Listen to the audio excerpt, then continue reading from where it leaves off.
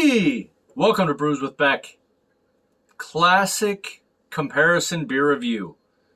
I'm your host, Dan. How the hell are you? I give props to my buddy Pete, letting me know to compare the old Fat Tire now with the incoming new Fat Tire that was just introduced merely, I don't know if it was last month or the month before.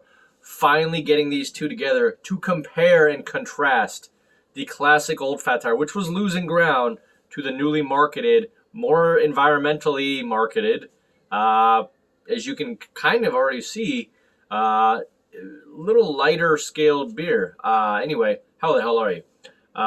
So, let's get to it. Classic Fat Tire right here. Classic look. The new Fat Tire, a little lighter, a little brighter. If you notice, this says Amber Ale. This just says Fat Tire Ale, high quality, low impact, and alternatively powered. So trying to very much project that, it's all about the environment on that one. This one just says Fat Tire Amber Ale. Yeah, that's really all it says. So onward and upward, cleaner, brighter, not emphasizing the Amber Ale, and also I can explain in a second why these are different, but I still have not compared them side by side as far as taste. So we're going to do that today. All right. Thanks, Pete, for the recommendation to do this. What it says for both of these are 5.2 on the Richter. Tap in.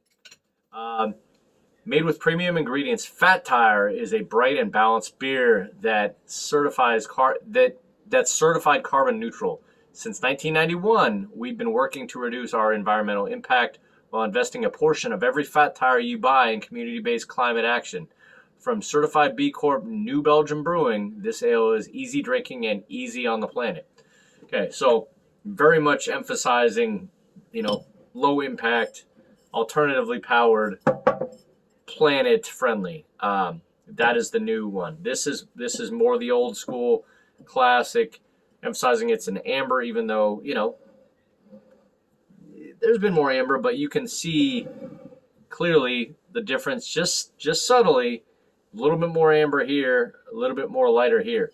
Now when on my read up, the difference is there's no difference in basically what they changed. The alcohol percentage is the same, the malts are the same. What they did is they changed the hops, and now they're putting raw barley in here to give it a little bit more of a cereal note. And the original had, if I believe right, one of the main hops was Willamette hops, which was peppery and herbaceous, fruity and floral notes. Now the one that it has now apparently is Triumph hops, which are intense and fruity aromas with prominent peach, lime, and orange, followed with suggestions of spice and pine. But so as far as I'm reading, a little more malty and biscuity, a little lighter cereal notes, drier. We'll see. Anyway, let's get to it, shall we? Still both 5.2 on the Richter. Still probably both delicious. Let's dig in, shall we?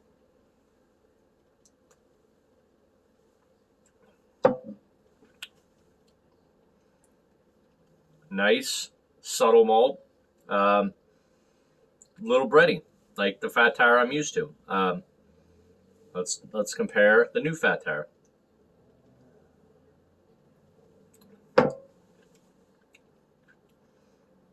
Okay, and one I read an article on this.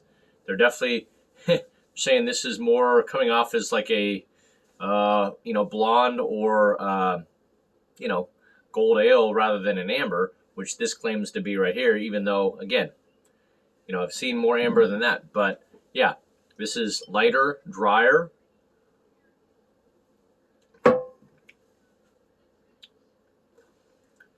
Not gonna lie, that comes off way more just like a nice bready lager. Instead of not necessarily an ale, this comes off.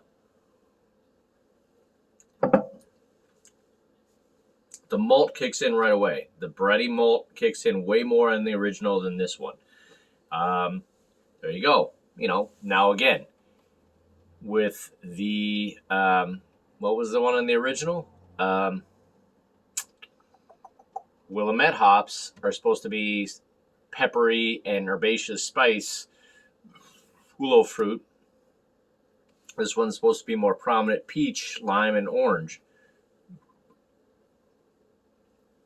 As far as Triumph hops,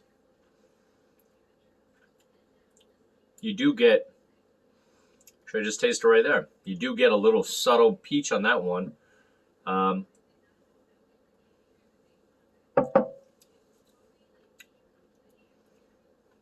mean, all I can say with that fat tire is clean, subtle malt. That's the first thing that comes to mind. So, anyhow, you know, don't know if you guys have noticed this, seen this.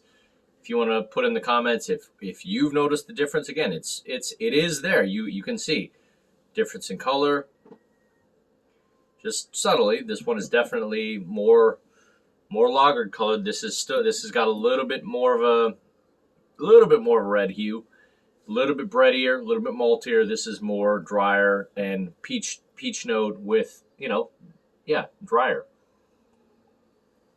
But New Belgium is definitely, I mean, their flagship now. This used to be the flagship.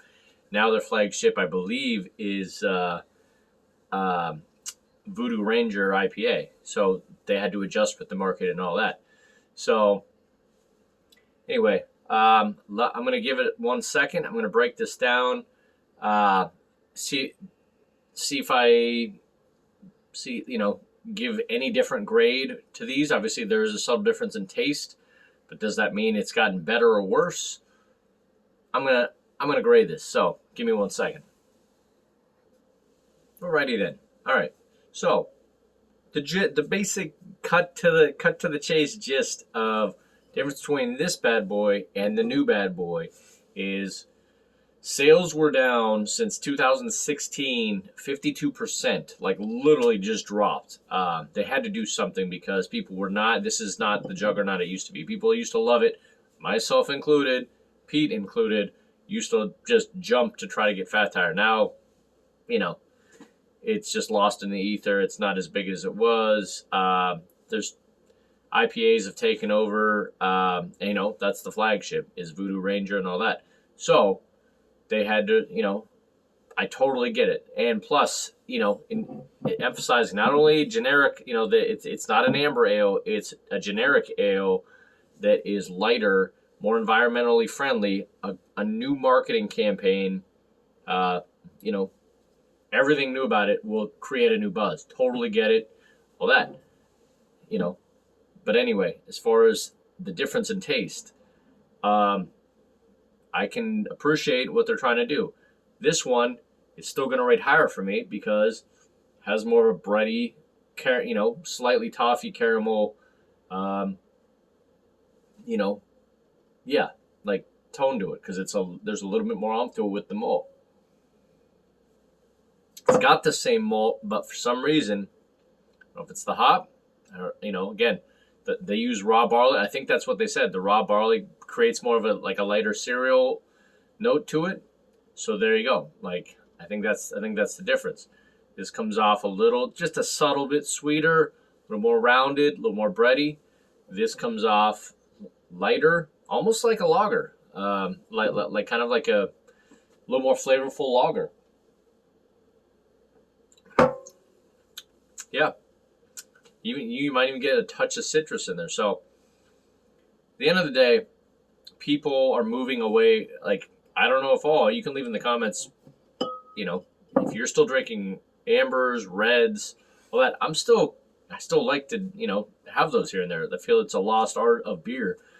But I get it, you got to move towards the trend, environmentally friendly. This is lighter, goes down easier, new marketing. They want to make all their beers carbon neutral by 2030.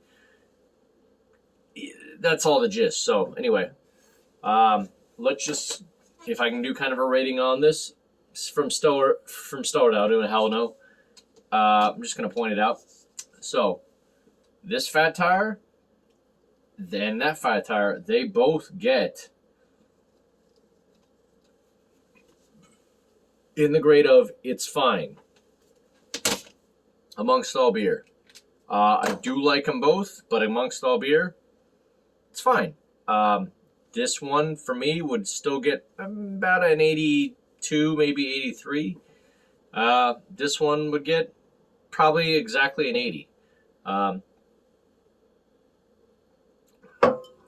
can appreciate it. It's more light, more citrusy, more cereal notes. This is more bready and malty. Just by a twinge, of course. Not like it's amazingly more, but yeah, it is.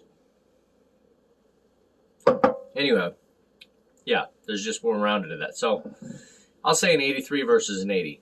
Both roughly in the same area. But anyway, don't want to run too long. Just want to explain, what's happening with the new change to this one versus the old classic, and that's about it. So again, please leave in the comments if you've had this and if you have any notes on it yourself.